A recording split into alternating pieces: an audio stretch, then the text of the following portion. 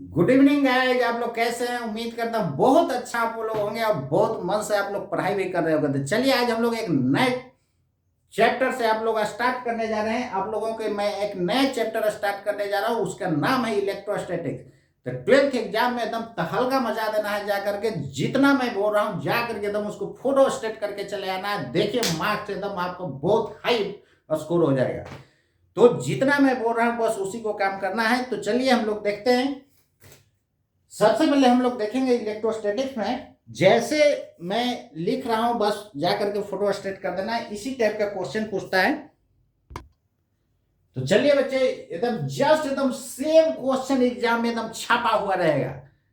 एकदम लैंग्वेज जो देख रहे हैं ना एकदम सेम लैंग्वेज भी रहेगा। कहेगा कि state Coulomb's law of electrostatics. यदि इतना केवल पूछेगा तो आपको 2-3 मार्क्स में पूछेगा, चाहे 3 मार्क्स, जनरली 3 मार्क्स में पूछा जाता है। तो आप इसको हर हाल में आप रेडी कर लीजिएगा। चलिए देखिए कैसे हम लोग इसको करते हैं। जब भी 2 मार्क्स 3 मार्क्स का क्वेश्चन रहेगा तो लेटेस्ट कंसिडर लिखने का जरूरत नहीं है। वो हम लोग डायरेक्ट फिगर बनाएंगे और डिराइव करेंगे। क्लियर है ना? जैसे 5 मार्क्स का क्वेश्चन होता है तब वैसा हम लोग करते हैं। तो सबसे पहले यहाँ पर ध्यान दीजिए। इधर जैसे मैं लिख रहा हूं वैसे आप लिखिएगा। Coulomb's law of electrostatics.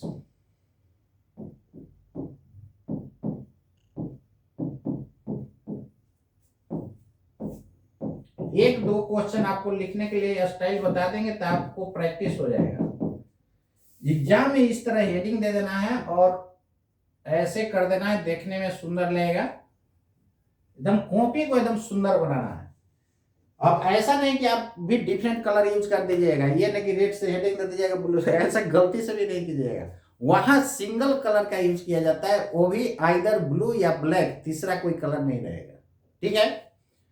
तो चलिए Coulomb's law of electrostatic. Coulomb's law of electrostatics होता क्या है? सबसे पहले ये जानिए कि कूलम्स लॉ जो है पॉइंट चार्जेस के लिए वैलिड है, पॉइंट स्टैटिक चार्ज के लिए वैलिड होता है। किसके लिए? पॉइंट स्टैटिक चार्ज के लिए वैलिड होता है। तो जैसे मैं लिख रहा हूं, आपको एग्जाम में ओन लैंग्वेज का डिमांड करता है। जैसे मैं लैंग्वेज लिख रहा हूं ये ओन लैंग्वेज ही है, एकदम इसी पर प्रैक्टिस करके एग्जाम में जाकर के फोटो स्टेट कर देना, छाप देना है। According to this law the force of interaction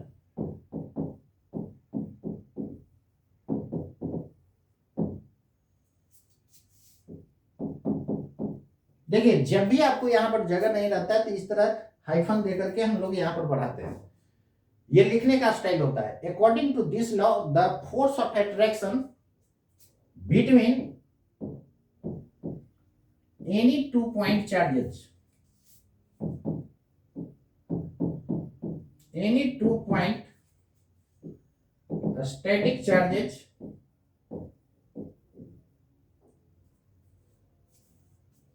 will be, ए में जो होता है फोर्स जो होता है डायरेक्टली प्रोपोर्शनल होता है मैग्नीट्यूड ऑफ चार्जेस का, product of magnitude of charges. Clear है ना? देखिए यहां पर मैंने एक Q1 चार्ज ले लिया, यहां पर Q2 चार्ज ले लिया, दोनों के बीच का सेपरेशन मैंने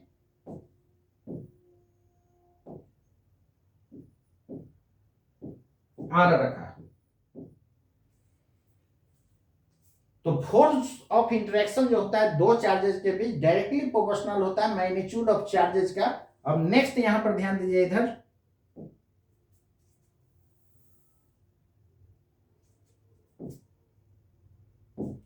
बी में एकदम देखिए सीधे में लिख रहे हैं, बी को भी इसके सामने लिखे, देखने में एकदम सुंदर लगना चाहिए। एफ जो है ऐसा नहीं कि एग्जाम में आप इस तरह लिख दीजिए, यहाँ ए लिखेंगे तो ये बी यहाँ लिख दीजिए, तो देखने में यार सुंदर उतना नहीं लगेगा। एकदम स्मार्ट बना देना है कॉपी, एकदम देखे तो एकदम एग्जामिनर जो है खुश हो जाए। खुश हो जाएगा तो समझिए आपको भी खुश कर देगा कि नहीं, 100% आपको खुश कर देगा। तो यही बात को ध्यान में रखते हुए काम करना है, कैसे एग्जामिनर को खुश कर देना है। तो एकदम सीधे में रखिए, देखिए मैं रख रहा हूं। एफ जो होता है inversely proportional to square of separation between them होता है। क्लियर है ना। अब कंबाइनिंग बोथ वी गेट, नीचे से लिखना है combining both we gate,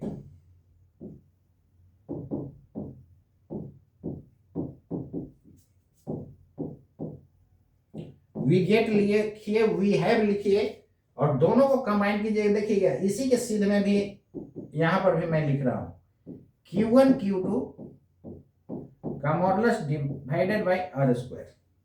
clear है ना। अब बराबर होने के लिए कोई ना कोई एक कांस्टेंट होगा। तो कांस्टेंट क्यों डालते हैं बच्चे, ध्यान दीजिए इधर। जैसे मान लीजिए कि मेरे पास दो बच्चा है, एक का हाइट है 4 फीट, एक का हाइट है 2 फीट। आप क्या उम्मीद करते हैं दोनों का फ्यूचर में उसका हाइट बढ़ेगा कि नहीं बढ़ेगा? तो यदि दोनों सेम रेशियो में बढ़ेगा तो एक का हाइट दूसरे का डायरेक्टली प्रोपोर्शनल होगा कि नहीं? डायरेक्टली प्रोपोर्शनल होगा। तो क्या दोनों को बराबर कर दीजिएगा क्या? तो दोनों का हाइट डायरेक्टली प्रोपोर्शनल तो होगा, लेकिन दोनों को बराबर करने के लिए आपको जिसका 2 फीट हाइट है उसमें 2 से क्या करना होगा? गुना होगा, तब ना फर्स्ट वाला के 4 फीट के हाइट के बराबर होगा। एक बच्चा था 4 फीट का, एक बच्चा था 2 फीट का। तो 2 फीट वाले में 2 से गुना कर देंगे बच्चा, तो ये 4 फीट वाले के बराबर होगा। तो ये जो आपका कांस्टेंट आया इसी को हम लोग बोलते हैं प्रोपोर्शनलिटी कांस्टेंट बोलते हैं। क्या बोलते हैं? प्रोपोर्शनलिटी कांस्टेंट बोलते हैं। क्लियर है ना। तो प्रोपोर्शनलिटी कांस्टेंट किसको कहा जाता है? ये लोग हमेशा कंफ्यूज रहता है, इसमें लोग के दिमाग में रहता है कि ये डायरेक्टली प्रोपोर्शनल हटा तो कांस्टेंट क्यों आया। तो ये कांस्टेंट क्यों आया ये आपको मैंने बता दिया। क्लियर है ना। तो चलिए हम लोग नेक्स्ट देखते हैं। फर्दर देखिएगा इसको, यहां तक आपको मैंने कर दिया। अब इसको फर्दर आप लिख सकते हैं, बराबर होने के लिए कोई ना कोई कांस्टेंट होगा। देखिए बराबर जब रहता है दोनों तरफ तो हम लोग इंप्लाइज का साइन चलाते हैं, ये नहीं कि यहां पर इक्वल करते जाइए। तो F is equal to K constant है Q1 Q2 का modulus divided by R square. Clear है ना। अब K यहां पर क्या है तो नीचे लिखना होगा where K is proportionality constant.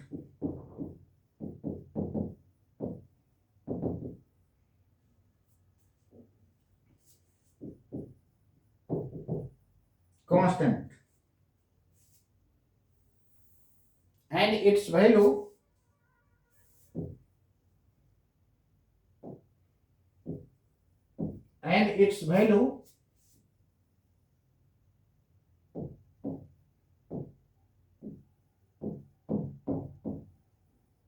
is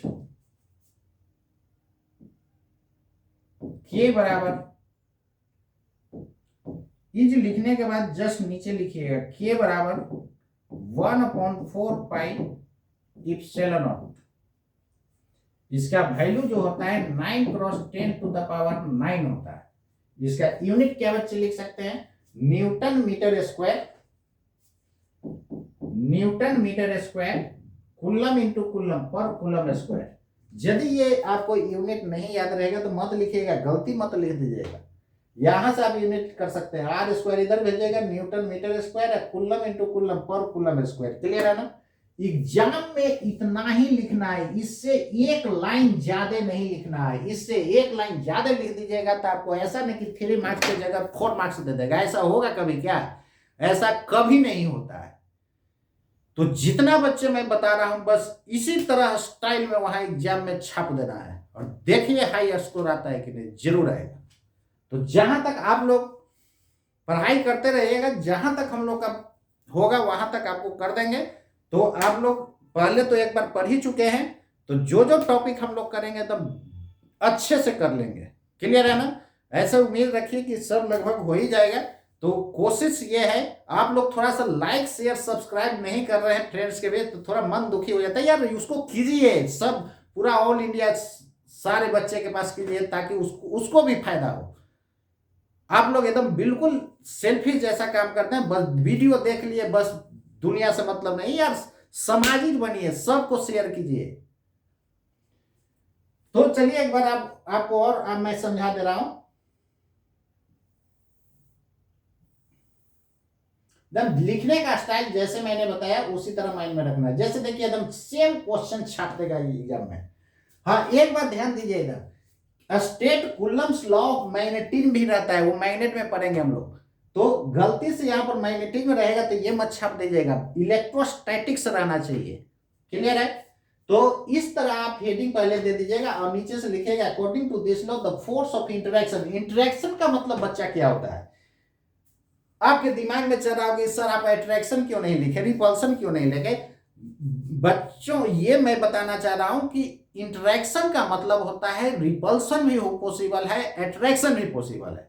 जब सिमिलर नेचर का चार्ज होगा, दोनों प्लस प्लस होगा, दोनों माइनस माइनस होगा, तो एक दूसरे को रिपेल करेगा कि नहीं? रिपेल करेगा। लेकिन यदि एक प्लस एक माइनस होगा तो हर हाल में आपको अट्रैक्ट करेगा कि नहीं? बिल्कुल अट्रैक्ट करेगा। तो जब भी अनलाइक चार्जेस होता है तो attract each other, like charges होता है तो रिपेल ईच अदर होता है। क्लियर है ना? तो एकदम जस्ट इस तरह लिखना है, प्रोडक्ट ऑफ चार्जेस का मैग्नीट्यूड लेना है, क्योंकि साइन से मतलब नहीं था। क्यों मैग्नीट्यूड लेते हैं? क्योंकि यार आपको मैंने बता चुका हूं कि वेक्टर का मैग्नीट्यूड निगेटिव नहीं होता है। मैग्नीट्यूड का मतलब होता है ज्योमेट्रिकल लेंथ, लेंथ कभी निगेटिव होगा क्या? यहां से दिल्ली का डिस्टेंस -1000 किलोमीटर बोल सकते हैं क्या? नहीं बोल सकते। Force acting between them is inversely proportional to the square of separation between them. Combining both we get, दोनों को मैं कंबाइन कर दिया, इसको इनवर्स स्क्वायर लॉ बोला जाता है। इसको क्या बच्चे बोलते हैं? इनवर्स स्क्वायर लॉ बोलते हैं। क्लियर है ना? तो ये आया के क्या है? प्रोपोर्शनलिटी कांस्टेंट है and it's value is this. यहां तक आपको एग्जाम में एकदम सेम कॉपी करना है। देखिए तो मेरा सीधे में बराबर दिख रहा है ना? तो देखने में एकदम स्मार्ट, एकदम सुंदर बना दीजिए, तो आपको जो है एग्जाम में एग्जामिनर भी आपको एकदम सुंदर बना देगा, खुश बना देगा। चलिए ठीक है, तो इसको आप रेडी कर लीजिएगा। एक बार मैं कॉन्ट्रैक्ट करके दिखा दे रहा हूं।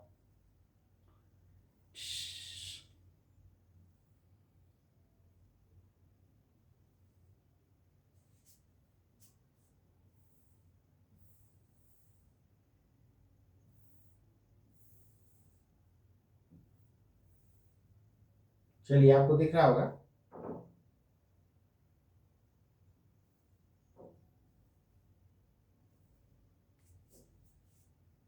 दिख रहा होगा। क्लियर है? बिल्कुल विजिबल है। आप लोग ऐसे मैं बड़ा करके आपको मैंने समझाई दिया था। ठीक है, तो जैसे मैं बताया हूं बस इसी तरह।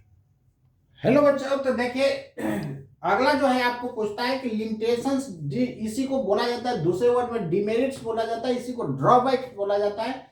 सबका मतलब सेम होता है, लेकिन कूलम्स लॉ का लिमिटेशंस क्या होगा, ड्रॉबैक्स क्या होगा, डिमेरिट्स क्या होगा, सब एक ही चीज है यार। कोई भी पूछे इसका मतलब सेम होता है। क्लियर है ना? तो यहां पर ध्यान दीजिए, इधर ये भी इंपॉर्टेंट है, आप रेडी कर लीजिए। कहता है कि it is valid only for static point charge. केवल स्टैटिक चार्ज के लिए वैलिड है, वो भी पॉइंट चार्ज होना चाहिए। पॉइंट चार्ज क्यों होना चाहिए?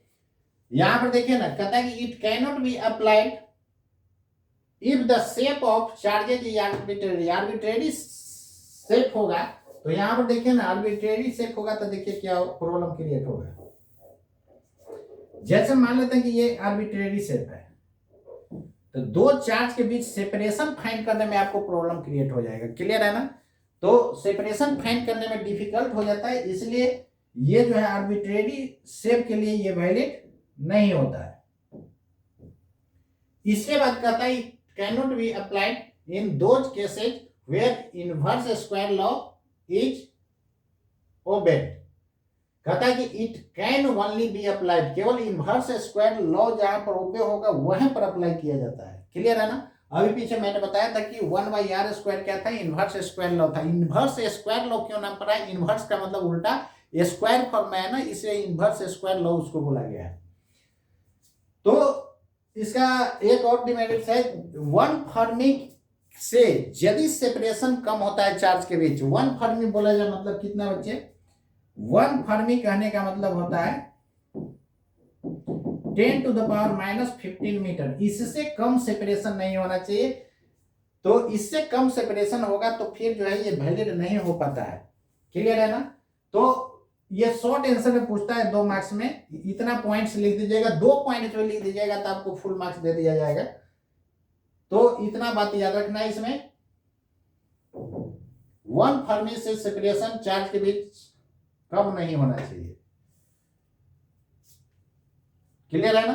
तो इसको आप माइंड में रखिएगा। देखिए आप लोग क्या करते हैं ना, थोड़ा सा लिखने के यहाँ पर भी स्टाइल से रखिएगा। मान लेते हैं कि ये 8 नंबर क्वेश्चन है, तो 8 नंबर है तो आप इस तरह जो है बीच में इस तरह लाइनिंग करके आपको लेफ्ट साइड छोड़ा हुआ रहता है, तो जो लाइनिंग इस तरह किया हुआ रहता है उसमें आप क्वेश्चन नंबर 8 लिख करके ऐसे कर दीजिएगा, और आंसर लिखना है ऐसे करके। क्लियर है ना? और ये सब जो होगा उस लाइन के अंदर में होगा। क्लियर है?